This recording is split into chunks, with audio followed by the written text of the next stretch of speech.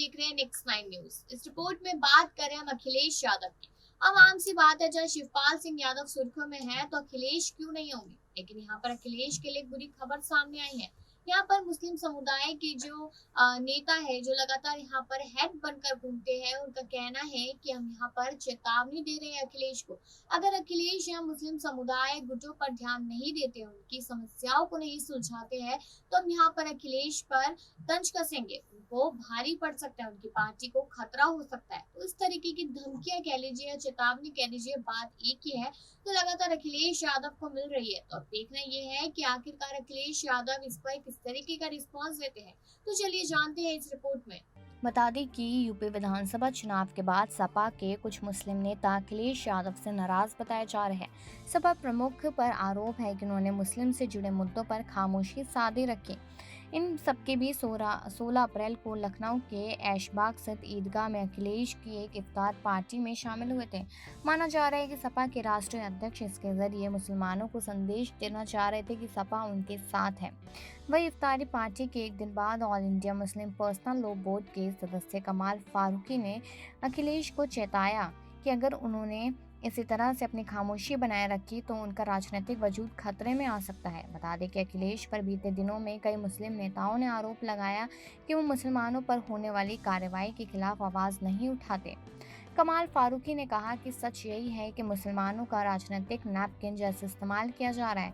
इसको लेकर मुस्लिम समाज को सोचना चाहिए कि आखिर उन्होंने क्या ऐसी पार्टियों को वोट करने का ठेका ले रखा है जो उनके लिए आवाज़ नहीं उठाती। उन्होंने कहा कि बीते विधानसभा चुनाव में सपा अगर 100 से अधिक सीट जीतने में कामयाब हुई तो इसमें मुस्लिम समुदाय का बड़ा योगदान है।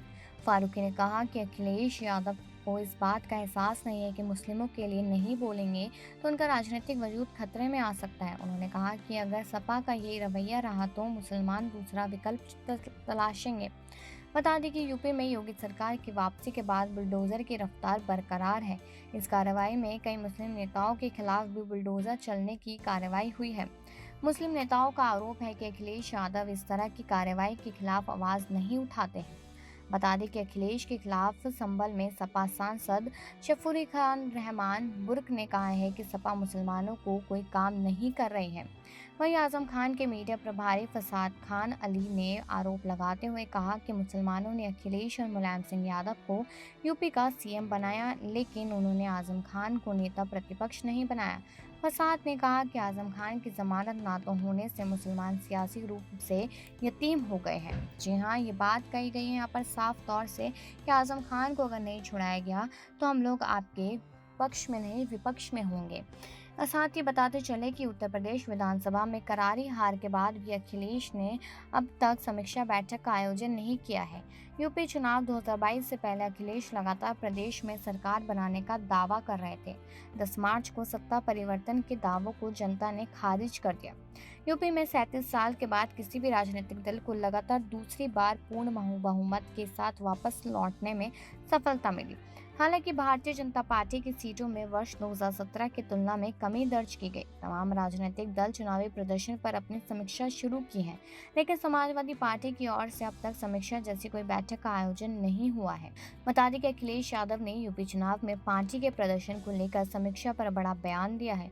उन्होंने कहा है कि चुनाव आयोग की ओर से उन्हें अभी तक फाइनल डेटा उपलब्ध नहीं कराया गया है। डेटा आने के बाद वह इसकी समीक्षा करेंगे। चुनाव आयोग अभी यूपी चुनाव 2022 का फाइनल डेटा तैयार कर रहे हैं। इसके बाद इसे चुनाव आयोग की वेबसाइट पर डाला जाएगा। हालांकि पिछले दिनों बहुजन समाज पार्टी में हार के कारणों पर मंथन शुरू किया गया है। इस मामले में बसपा प्रमुख मायावती की ओर से कार्रवाई को तेज किया गया है। विधानसभा चुनाव के बाद रिजल्ट की अखिलेश यादव ने अपने तरीके से समीक्षा कर दी थी। उन्होंने पोस्टल बैलेट से मिले मतों के आधार पर सपा को 300 से अधिक सीटों पर जीत दर्ज करने की बात कही थी। इसके बाद साल 2017 में आई 47 सीटों की तुलना में सपा को इस चुनाव में 111 सीटों पर जीत मिली।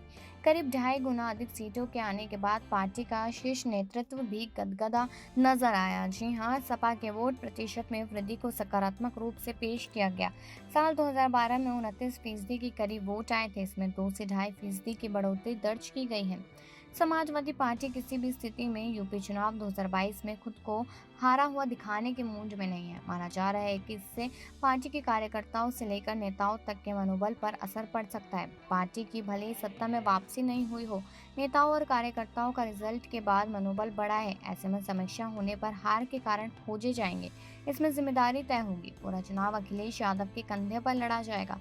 ऐसे में पार्टी नेता किन्हें जिम्मेदार बताएंगे। इन सवालों को लेकर तत्कालिक समीक्षा की जगह बूथवार हार की समीक्षा के कारणों को ढूंढने का प्रयास होगा। इसलिए चुनाव आयोग से विस्तृत रिपोर्ट की प्रतीक्षा की जा रही है। वहीं बता दें, जिले में समाजवादी पार्टी के लंबे समय तक राजनीति करने वाले वीरपाल सिंह यादव प्रगतिशील समाजवादी पार्टी के नेता शिवपाल सिंह यादव का साथ छोड़ दिया है।